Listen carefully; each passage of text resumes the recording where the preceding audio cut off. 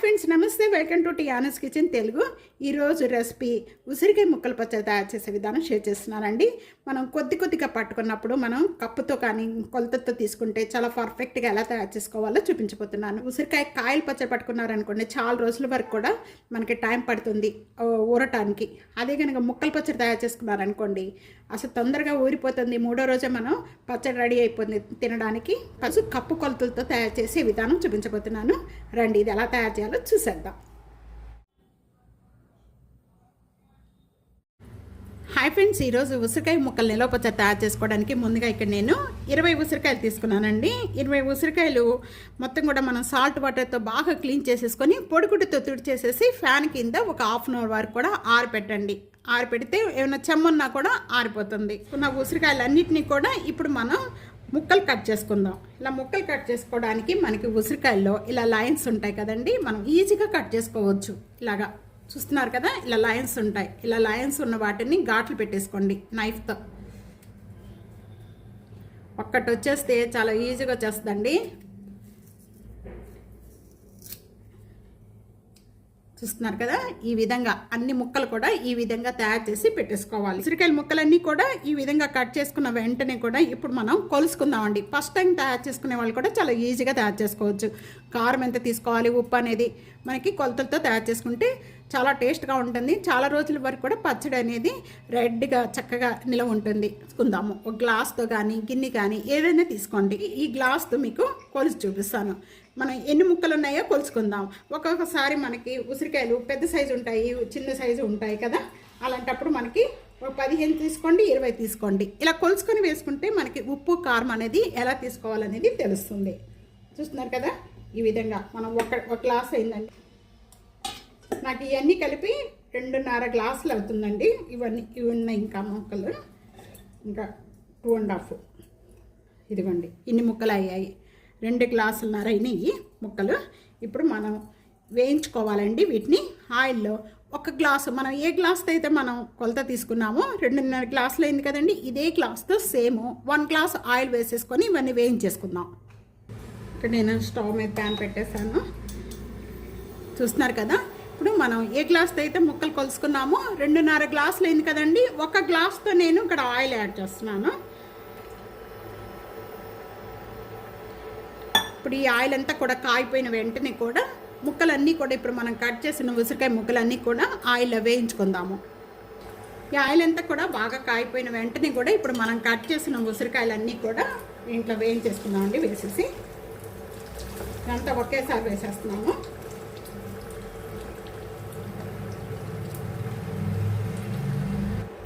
Colour వచ్చేంత వరకు కూడా వేయించుకోని అవసరం లేదండి. ఉసిరికాయలు కొద్దిగా మెత్తపడేంత వరకు కూడా వేయించుకోవాలి కదా. ఉసిరికాయలు ఎంత కూడా ఈ విధంగా కలర్ చేంజ్ అయిపోయినాయండి. ఈ విధంగా ప్రెస్ చేశారనుకోండి ఈజీగా కట్ అయిపోవాలి. అంతవరకు కూడా మనం ఈ ఉసిరికాయలను వేయించుకోవాలి. ఇది చూసిన ఈజీగా కట్ అయిపోతుంది. అంతవరకు కట్ చేసుకున్న ఉసిరికాయలు అన్నిటిని కూడా ఒక బౌల్లోకి యాడ్ చేసేసేద్దాం. ఉసిరికాయ ముక్కలన్నీ కూడా ఇలా స్టీనర్లో వేసేసుకొని తీసేసుకొని ఒక బౌల్లోకి యాడ్ చేసేసుకుందాం. మనం దేంట్లో అయితే పచ్చడి కలుపుకుంటామో అదే బౌల్లోకి యాడ్ చేసేసుకోండి. 3 రోజుల వరకు కూడా మనం పచ్చడి ఇదే విధంగా పెట్టుకోవాలండి. అందుకని మనం పింగాణి దాంట్లో కానీ గాజు మన బౌల్స్ ఉంటాయి కదా, అలాంటి బౌల్స్లో కానీ ఇలాగ యాడ్ చేసేసుకొని ఇలా తీసుకోండి. స్టీల్ గిన్నెలో పెట్టుకోవద్దు, పచ్చడి పాడైపోతుంది. అందులో స్టీల్ కదండి, ఆ స్టీల్ది కూడా పాడైపోతుంది. ఇదే ఆయిల్లో సేమ్ ఆయిల్లోనే మనం తాలింపు పెట్టేసుకుందామండి. ఈ తాలింపు పెట్టుకునేటప్పుడు మనం ఇప్పుడు వేయించుకున్న ఉసిరికాయ చిన్న పీసెస్ ఉన్నాయి కదండి, ఆ పీసెస్ అన్నీ కూడా ఈ విధంగా తీసేసేయండి. 1 టేబుల్ స్పూను జీరా యాడ్ చేస్తున్నాను, 1 టేబుల్ స్పూను ఆవాలు, 2 లేక 3 ఎండుమిర్చి, ఒక 6 లేక 7 వెల్లుల్లిపాయ రెబ్బలు కచ్చిపిచ్చిగా నూరుకొని ఇవి కూడా యాడ్ చేసేస్తున్నాను. కొంత కొద్దిగా వేగుతూ ఉండగానే ఇక్కడ కొద్దిగా కరివేపాకు కూడానండి బాగా కడిగేసేసి తుడిచేసేయండి. తుడిచేసుకోండి. కొద్దిగా ఎండలో పెట్టేస్తే ఆరిపోద్దండి. ఇలా వేగుతూ ఉండగానే కొద్దిగా అండి 1 పించ్ ఇంగువ యాడ్ చేస్తున్నాను. ఈ తాలింపు అంతా కూడా ఈ విధంగా వేగిపోయిన వెంటనే ఇప్పుడు మనం స్టవ్ ఆన్ చేసేసుకొని ఇదంతా కూడా పక్కన పెట్టేసుకుందాం. ఇదంతా కూడా చల్లారాలి.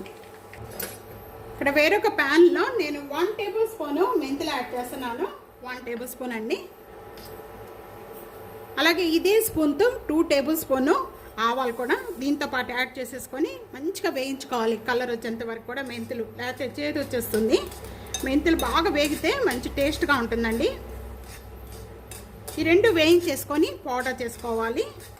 బాగా వేగిపోయినాయండి ఆవాలు మెంతులు. బాగా వేగిపోయిన వెంటనే కూడా ఇప్పుడు స్టవ్ బంద్ చేసేసుకొని బాగా చల్లారిపోయిన తర్వాత మిక్సీ చల్ల వేసుకొని పౌడర్గా చేసి పక్కన పెట్టేసుకుందాం.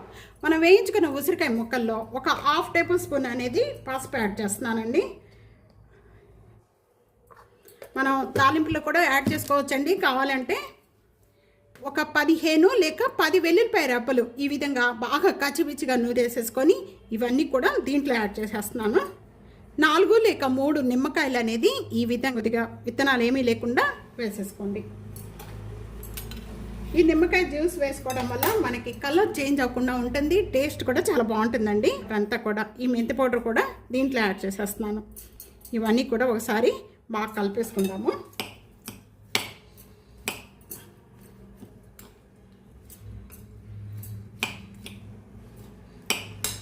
కూడా మనం ఏ కప్పుతో అయితే మనం ఉసిరికాయలు కోసుకున్నామో అదే కప్పుతో మనం 1/3 కప్పు సాల్ట్ యాడ్ చేస్తున్నాను. మనకి ఇట్లాగా మళ్ళీ స్పూన్తో కొలతలు కావాలి అనుకుంటే ఒక 6 టేబుల్ స్పూను, 5, 6 లేక మనం చాలకపోతే మళ్ళీ 3వ రోజు చూసుకొని కూడా మనం వేసుకోవచ్చండి. సాల్ట్ 1/3 కప్పు సాల్ట్ యాడ్ చేస్తున్నాను. దీంతోనే 1/2 కప్ అనేది కారం కూడా దీంట్లో యాడ్ చేసేస్తున్నాను. మనకి సాల్ట్ అనేది సరిపడకపోతే మళ్ళీ 3rd డే మళ్ళీ మనం కలుపుకోవచ్చండి.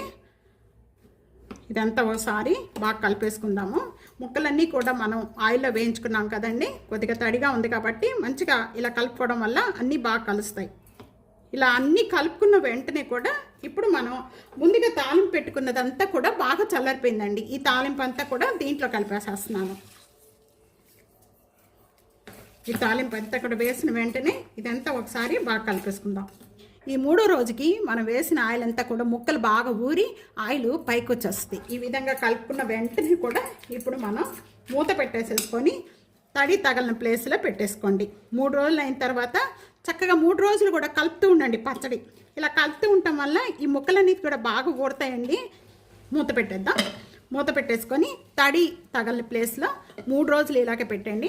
3 రోజులు కూడా మొత్తం కూడా పచ్చడి రోజు రోజుకి కలుపుతూ ఉండండి. పైకి కిందికి ఇలా కలపటం వల్ల మనకి అన్నీ కూడా ముక్కలు అనేది చక్కగా ఊరి మంచిగా ముక్క అనేది చక్కగా ఊరుతుందండి. లోపలికి మొత్తం మనం వేసిన మసాలాలన్నీ కూడా బాగా పట్టి మంచి టేస్ట్ వస్తుంది. 3వ రోజు మళ్ళీ కలుద్దాం. నేను 3వ రోజు కలపలేకపోయాను. ఈరోజు 4వ రోజు చూద్దాము. చూసారు కదా, మనం ఆయిల్ వేసినప్పుడు మొత్తం కూడా మనకి తెలియదు అనమాట. 4వ రోజుకి మొత్తం కూడా ఆయిల్ అంతా కూడా ఈ విధంగా అయిపోయింది. మనం మళ్ళీ ఒకసారి కలుపుకుందాం. 3 రోజులు కూడా బాగా కలుపుకోవాలండి. పైకి కిందకి అంతా కలుపుకోవాలి. మనం చూసారా పచ్చడి అంతా కలిపినప్పుడు మనకి ఏం ఆయిల్ అనేది తెలియలేదు. ఈరోజు బాగా ముక్కలు కూడా బాగా ఊరిపోయినాయండి. ఉసిరికాయ ముక్కలు చూసారా ఎంత బాగా ఊరిపోయినాయో కూడా అంతా ఒకసారి ఈ విధంగా కలిపేసుకున్న వెంటనే ఈరోజు 4వ రోజు అయిపోయింది కదండి. కొద్దిగా తీసుకొని ఈ విధంగా టేస్ట్ చూడండి. ఉప్పు సరిపడపోతే మళ్ళీ ఉప్పు వేసుకోవచ్చు. నాకు అన్నీ కరెక్ట్గా ఉన్నాయండి. అన్ని కొలతలు నేను ఎలా చెప్పానో అలా ఒక్కసారి ట్రై చేసి చూడండి. చాలా టేస్ట్గా ఉంటుంది. నాకు కారము అన్నీ సరిపడినాయండి. మొత్తం ఆయిల్ కూడా చాలండి, ఎక్కువగా అక్కర్లేదు. ఈ విధంగా ఇలా మీకు కావాలి అనుకుంటే కొద్దిగా ఆయిల్ వేసుకోవాలి అనుకుంటే వేడి చేసి ఆయిల్ వేసుకొని అది చల్లారిన తర్వాత ఆయిల్ యాడ్ చేసుకోండి. వేడి మీద యాడ్ చేసుకోవద్దు పచ్చళ్ళలో. మొత్తం కలిపేసిన వెంటనే ఒక బాటిల్లో కానీ చిన్న జాడీల్లో కానీ తీసుకోండి. చాలా రోజుల వరకు కూడా చక్కగా స్టోర్ చేసి పెట్టుకోవచ్చు. ఈ రెసిపీ మీకు ఎలా వచ్చింది అనేది పచ్చడి నాకు తప్పకుండా కామెంట్స్లో తెలియచేయండి. వీడియో నచ్చితే కనుక నలుగురికి వీడియో షేర్ చేయండి, లైక్ చేయండి, కామెంట్ చేయండి, సబ్స్క్రైబ్ చేసుకోవడం అస్సలు మర్చిపోవద్దు. ప్రక్కనే ఉన్న బెల్ ఐకాన్ ప్రెస్ చేయడం అస్సలు మర్చిపోకండి. Thank you for watching. Next వీడియోలో మళ్ళీ కలుద్దాం. అంతవరకు సెలవు. బాయ్.